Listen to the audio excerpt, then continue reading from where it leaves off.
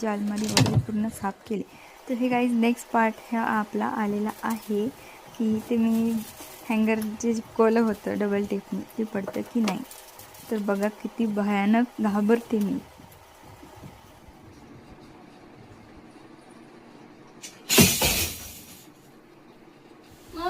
खूप जाम घाबरले होते मी, खूप म्हणजे खूप भयंकर, एकदम सापासारखा आवाज आला होता मला.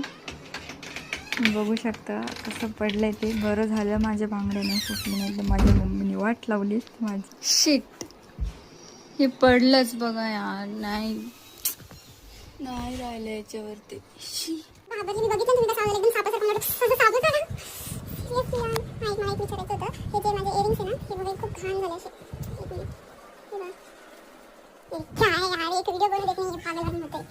हां, तर मला असं विचारायचं होतं की हे जे इयरिंग्स एवढे घाण झाले, याला साफ वगैरे कशाने करू शकतो आपण? कमेंटमध्ये मला नक्की सांगा. इथेच माझा ब्लॉग संपतो. Tata, bye bye.